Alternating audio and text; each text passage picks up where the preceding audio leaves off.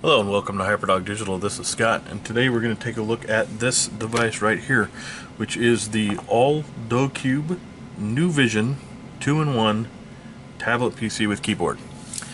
So this is it right here, and we can open this up to reveal a tablet with a nice little keyboard case. Pretty much your standard layout here for one of these things. It's got your keyboard here and your trackpad, and then on the back here is actually where you can flip this guy out a little bit and then sit it up as you do with some of the more surface type devices. We'll zoom out a little bit so you can get a little bit better view there, but certainly it allows you to put this in just about any angle for using it for whatever you might want to do. And it actually holds very well, so it'll work in just about any one of these angles without falling or slipping or anything like that. Now of course the tablet itself can pop right off, and you can use it just as a tablet without the keyboard. And looking at the device itself, over here you have the power input, a USB Type-C, and SD card reader, and one speaker over here. The other side gives you another speaker and your headphone jack. The top has just your, let's see if we can get it in focus there, your volume rocker and your power button. The bottom has the connector for the keyboard. So that obviously shows that it's not actually a Bluetooth connection to that keyboard, but it does actually make a connection and gets its connection to talk to it through that. On the back you have the camera, and that's really about it. Logo, nothing else really on the back there. So that's it. It's pretty straightforward. It is magnetic, so it does pop right back on there. Now unfortunately it does come with a proprietary kind of power cord here. You can't use like a USB Type-C to charge it or something like that, which is a little disappointing. I like being able to just grab any one of my cables that I have for one of my other tablets and just charge it. So unfortunately you have to use this, and as you may notice here, this is the actual EU plug.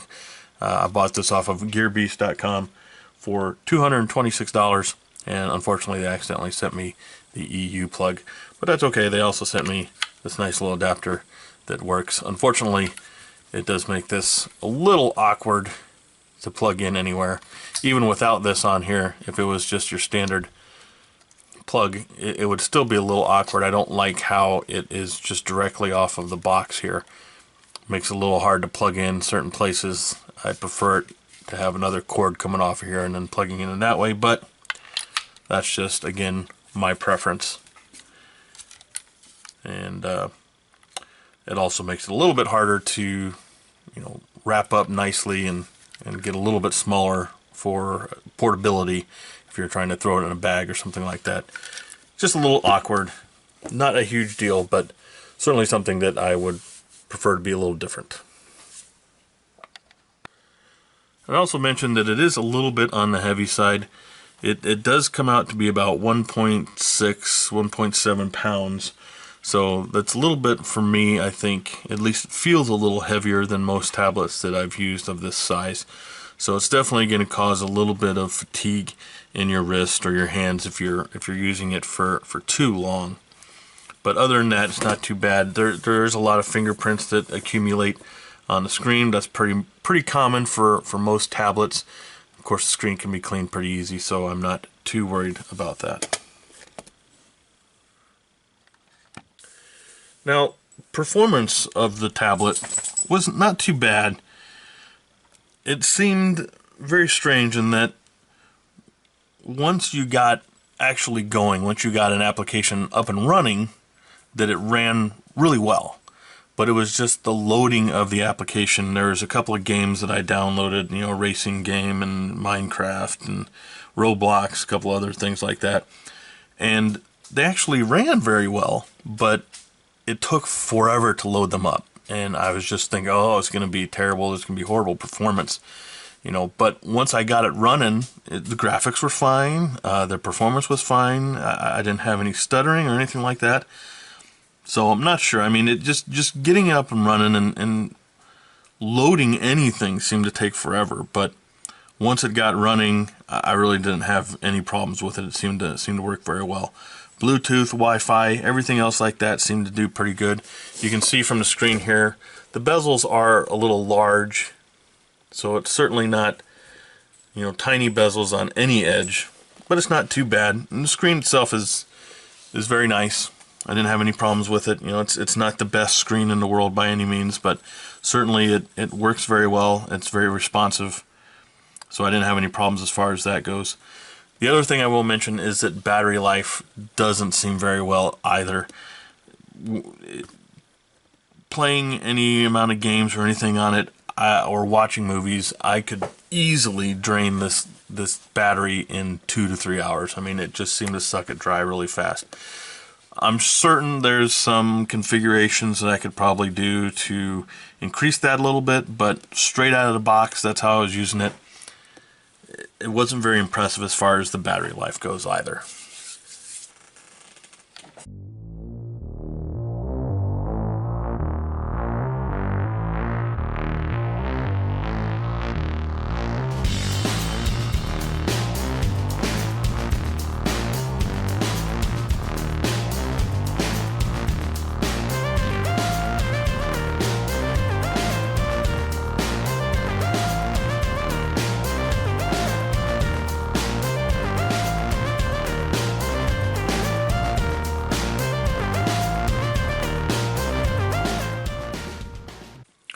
Alright, so overall I don't think this is a bad tablet. Certainly not a bad buy for $220. It's got a lot of nice things going for it. It's got a really nice keyboard. The screen is really nice. It seems very sturdy. It's got a nice metallic finish to it. It's very sturdy. I love this case and how you can put it at just about any level and it stays there very well. I can use it surprisingly even on my lap if I wanted to. I wish the keyboard stuck up a little bit, you know, like this. I know some of those, you know, like the Surfaces will do that. This one, unfortunately, does not. But other than that, you know, I thought it worked very well. A few issues with performance. I wasn't impressed with the battery, wasn't impressed with the speakers. The trackpad got in my way, but that was easily remedied by turning it off. So other than that, I think for the price you're paying for this, you're going to get a really decent little device. Certainly there are going to be other tablets that are much better than this, but you know, you got to consider the price point and you know where you're buying it and what you're looking for. So certainly if it's something, you know, you're on a budget and you're looking for something like this, I'd certainly check it out, take a look at it and see if it's going to meet your needs. Hopefully this video was helpful to you, and we'll see you again next time on Hyperdog Digital. Thanks. Hey, this is Scott for Hyperdog Digital. Thanks for watching. If you want to see more videos and reviews, be sure to check us out at hyperdogdigital.com.